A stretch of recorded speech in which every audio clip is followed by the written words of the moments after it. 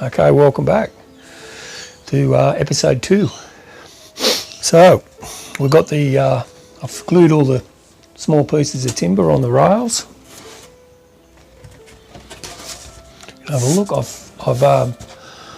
planed them down. I've planed 3 sides down, but I left the one side here, so you can see what I'm talking about. I mean, they're not perfectly cut to the right size, so I've got to plane them down. So we've got end grain here, so we have to plane the end grain. So you've got to be pretty delicate with it, so because you don't want to snap the pieces off. But the glue's pretty good, using polyurethane foaming glue or Gorilla Glue. So what I've been using to plane them down is a little butt plane. Super sharp blade, and you've got to adjust the little gap there in front of the blade. You've got to reduce that right down small for planing end grain, which is a standard woodworking technique, I assume. It definitely works better when it's smaller. Okay, so I've got my little idiot board here, so if I keep looking down, that means I'm looking to remind me on what I'm talking about. Okay, so you need to go really slow when you're doing this, but it does come off, and it takes a little while to do it, so it's not super quick. But if you want to build one of these wood wraps, you're not looking at speed. It's you take your time, do the job right. It's worth doing, I feel. Okay, so that's the plane. So when you're doing this up around here, now I've been using the plane up here, but you can use a spoke shave. So spoke shave, because it's curved this way, really sharp. The other thing about the plane is you need to sharpen it all the time, keep it really sharp, otherwise it chips. It'll chip off. I mean, it's just all general woodworking technique. Okay, so when I've put these timber strips on, I'll show you this side. So I put it up on its side, I trimmed the rail off, I cut the rail off. I only cut it off 6mm this time, I didn't do 10. I decided to go less than that. Just something I decided not doing. Excuse me, I'm fiddling with me mic. Hope the audio sounded a bit better, by the way, compared to the last one. I had a radio mic. It took me a while to get it going in the phone. Had to get a few adapters and stuff. Okay, so I lay these first ones up, but they don't go right to the very end. You can see there's a tiny little gap there, and on the nose there's it didn't come right up to the end. It doesn't need to, because once we've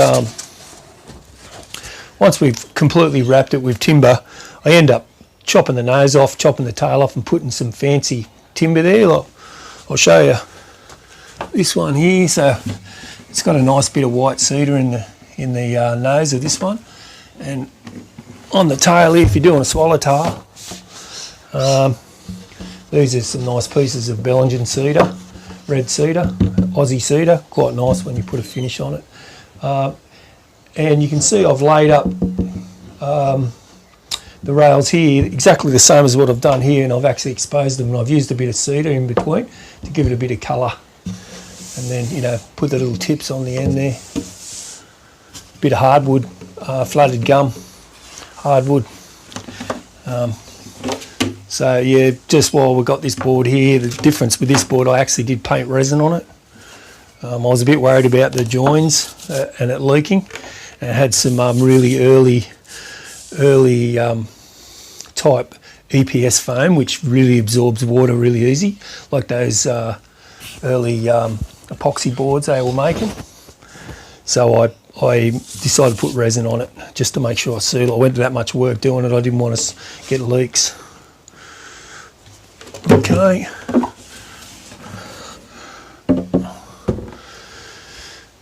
So what else we got here? Yeah, so when I laid these up, I did the nose to about this position on the tail. I don't know if you can see that. I laid the edges up to about here on both sides. Flipped it over, did the other side, and then I stood it up vertical in the rack. And I don't know if you can see that, but then I did these last little piece from that position to that position around the corner, and you'll see that these ones are shorter than some of these long ones. These are longer because the curve's not as tight, but as you go around that tight curve you have to use, you know, shorter pieces so it goes around the curve. Okay, so what else have we got? Oh yeah, you can notice it's yellow. I put the PVA woodworking glue, water-based PVA. Mix that up with a bit of water and painted it on to seal it. The other, I don't know about using yellow because yellow is really similar colour to the glue. So if I did it again, I probably wouldn't do yellow. But the other benefit of the paint is when you're planing these edges down, you can see where I've just taken the edge of the paint off, back to the white blank, and you know you're getting down close. So it also gives you a bit of a guide not to plane too far. A few little other tips. This board's got a bit of concave through it, so when you're planing the bottom and this concave, you need to tilt the plane so it's facing down. You know, this is over exaggerated.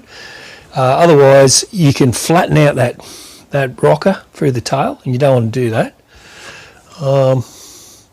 The rest of it's all pretty well straightforward, and you can just leave it just a touch proud. It doesn't have to go perfectly on the edge, and you know it gets a little bit messy looking that, but with bits of glue and stuff, as long as there's no big lumps, it's all good. Because when we wrap the other timber on the bottom and the deck, you know that'll all disappear.